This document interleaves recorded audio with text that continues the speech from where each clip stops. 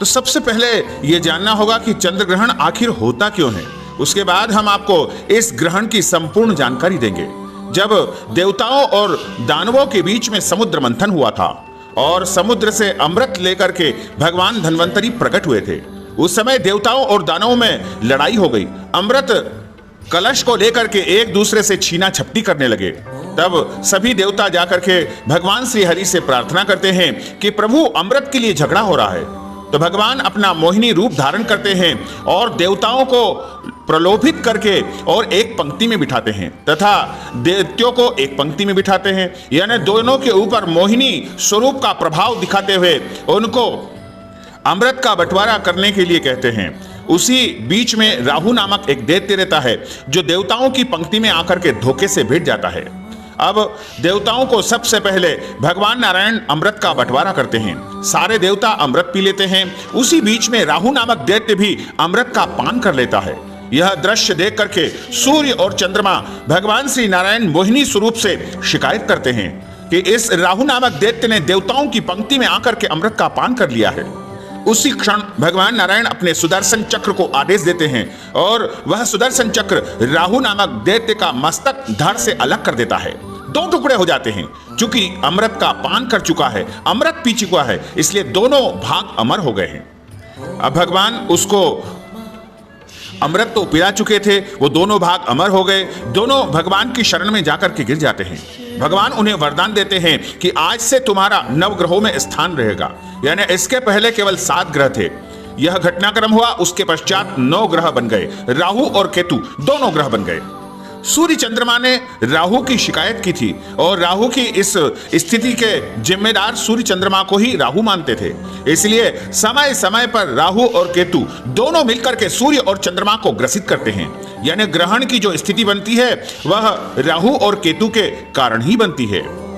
अमावस्या को सूर्य ग्रहण होता है और पूर्णिमा को चंद्र ग्रहण होता है। इस बार 5 जून 2020 यानी ज्येष्ठ माह के शुक्ल पक्ष की पूर्णिमा तिथि को यह पूर्णिमा वट सावित्री पूर्णिमा भी है। और इस दिन जो चंद्र ग्रहण हो रहा है वो माध्य छाया कल्प चंद्र ग्रहण लगेगा। माध्य का अर्थ है न्यूनतम, यानी मंद होने की क्रिया। इसलिए बिल्कुल भी इस चंद्र ग्रहण से आपको घबराने की, चिंता करने की, डरने की बिल्कुल भी आवश्यकता नहीं है। इस ग्रहण में कुछ हल्की से चंद्रमा की कांति मलिन हो जाएगी, लेकिन चंद्रमा का कोई भी भाग ग्रहण से ग्रस्त नहीं होगा। इसमें चंद्रमा का करीब 90% भाग धूसर छाया में आएगा। धूसर का अर्थ है मट मेला, जैसा हल्की सी धूमिल। लेकिन इस दृश्य को, इस प्रभाव को भी बहुत कम ही लोग समझ पाएंगे। केवल वही देख पाएंगे जो कुछ उपकरण या बहुत गौर से देखने के जागरूक होंगे। इसी में छाया ग्रह राहु की छाया बिल्कुल भी नहीं पड़ेगी। जब राहु की छाया ही नहीं पड़ेगी, राहु को ग्रसने की बात हो ही नहीं सकती है, क्योंकि राहु और केतु ही जब ग्रसित करते हैं तभी ग्रहण की स्थिति बनती है। क्योंकि प्रच्छायाहीन इस किस्म की ग्रहण केवल उपच्छाया मात्र है, इसलिए इसको ग्रहण कहने के बजाय उपच्छाया का समय कहना ज्यादा सही होगा। अधिकतम लोगों के द्वारा यह कहा जा रहा है, यह अफवाह फैलाई जा रही है कि यह साल का दूसरा चंद्र ग्रहण होगा। यानी पहला जो चंद्र ग्रहण हुआ था उपच्छाया, वह 10 जनवरी को हुआ था। इसी प्रकार का दूसरा चंद्र ग्रहण इसे बता रहे हैं। इस प्रकार की अफवाहें चल रही है। आपको बता दें कि 5 जून 2020 को लगने वाला साल का दूसरा जो चंद्र ग्रहण है, उससे आपको किसी भी प्रकार के डरने की, घबराने की बिल्कुल भी आवश्यकता नहीं है। जिस समय ग्रहण होता है उस समय सूतक से ही ग्रहण तक जो है, ग्रहण समाप्ति तक मंदिरों के पट बंद कर दिए जाते हैं। लेकिन यह तो मात्र उपच्छाया चंद्र ग्रहण है और किसी भी पंचांग में, किसी भी विद्वान के द्वारा यह ग्रहण का वर्णन नहीं किया गया है और पंचांगों में इसका कोई वर्णन नहीं है। केवल इतना भर लिखा है कि माध्य चंद्र ग्रहण इस दिन घटित होगा। इसलिए इस ग्रहण को ग्रहण की श्रेणी में रखा ही नहीं गया है। जहां तक चंद्र ग्रहण के सूतक की बात है तो उपच्छाया चंद्र ग्रहण के सूतक का विचार नहीं होता है। इस दौरान न तो मंदिरों के पट बंद होते हैं, न ही धार्मिक कार्य करने की मनाही होती है। आप सामान्य दिनों की तरह इस दिन सभी कार्य अपने संपन्न कर सकते हैं। उपच्छाया चंद्र ग्रहण ज्येष्ठा नक्षत्र एवं वृश्चिक राशि में होगा। हालांकि उपच्छाया जो चंद्र ग्रहण होता है उसका राशियों के ऊपर किसी भी प्रकार का कोई प्रभाव नहीं होगा। जब ग्रहण ही घटित नहीं होगा तो उसका प्रभाव ही नहीं हो सकता है, क्योंकि उपच्छाया है।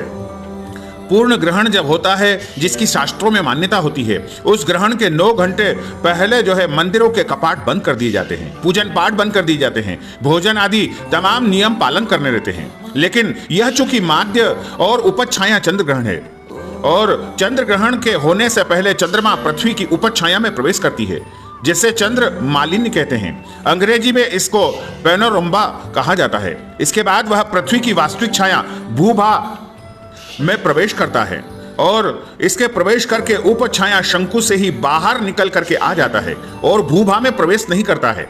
इसलिए उपज छाया के समय चंद्रमा का बिंब केवल धुंधला पड़ता है, काला नहीं होता है। इस धुंधलापन को सामान्य रूप से देखा भी जा सकता है।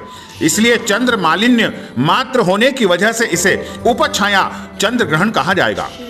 शास्त्रों के अनुसार ऐसे ग्रहण का कोई भी पुण्यकाल, पर्वकाल, सूतक काल पालन करने की बिल्कुल आवश्यकता नहीं है। इसमें किसी भी प्रकार का कोई भी उपाय यदि आप करेंगे तो उसका भी कोई विशेष प्रभाव नहीं होगा। साथ ही राशियों के ऊपर भी इसका कोई प्रभाव नहीं होगा।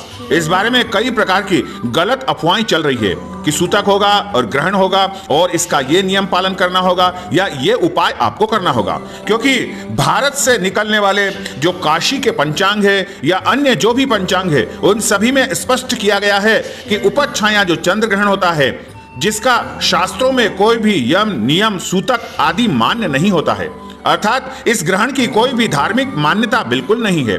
इस उपज छाया वाले चंद्र ग्रहण को नंगी आंखों से भी आप देख सकते हैं, इसलिए उनका पंचांग में समावेश नहीं होता है और ऐसे ग्रहण से संबंधित पूजा पाठ भी नहीं किया जाता है और सभी पंचांगों में केवल प्रच्छाया वाले चंद्र ग्रहण को ही या अन्य ग्रहण का ही वर्णन होता है। इसलिए गर्भवती माताएं बहनें बिल्कुल चिंतित न हो, बिल्कुल घबराने की आवश्यकता नहीं है, डरने की आवश्यकता नहीं है। आप सामान्य दिनों की तरह अपने सभी काम कर सकते हैं। कहीं भी जाना आना हो, पूजन पाठ करना हो, दान पुण्य करना हो, चूंकि पूर्णिमा है उस दिन आपको सत्यनारायण की कथा भी करनी होती है, इसलिए आप अपने घर में पूजन पाठ करें, कथा वार्ता करें या जो भी सामान्य दिनों की तरह आप भोजन करते हैं, जल पीते हैं या बाहर आ जा सकते हैं या अपने काम आराम से आप कर सकते हैं। किसी भी प्रकार से आपको डरने की, घबराने की, निश्चिंत होकर के कार्य करने की आवश्यकता है। यानी आप भय और संशय को छोड़ करके सामान्य दिनों की तरह इस ग्रहण में भी कार्य करते रहेंगे।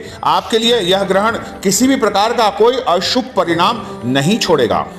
चूंकि 5 जून को वट सावित्री पूर्णिमा का महापर्व भी रहेगा, इसलिए सौभाग्यवती महिलाएं उस दिन भी वट वृक्ष का पूजन करती है और नियम का पालन करती है। इसलिए उनको किसी भी प्रकार के भय और संशय पालने की बिल्कुल भी आवश्यकता नहीं है। सामान्य दिनों की तरह अपने पूजन पाठ, अपने नित्य कर्म, अपने घर के काम सभी करते रहें और इस ग्रहण से उनको डरने की, घबराने की बिल्कुल भी आवश्यकता नहीं है। तो भक्तजनों, हमने जो ज्ञानवर्धक जानकारी आपको दी है उसको आप अधिक से अधिक लोगों को शेयर करिएगा, लाइक करिएगा, कमेंट करिएगा और यदि अभी तक आपने सब्सक्राइब नहीं किया है तो अभी और इसी समय सब्सक्राइब अवश्य कर लीजिए। आपको और आपके परिवार को सादर जय श्री कृष्ण, सादर धन्यवाद।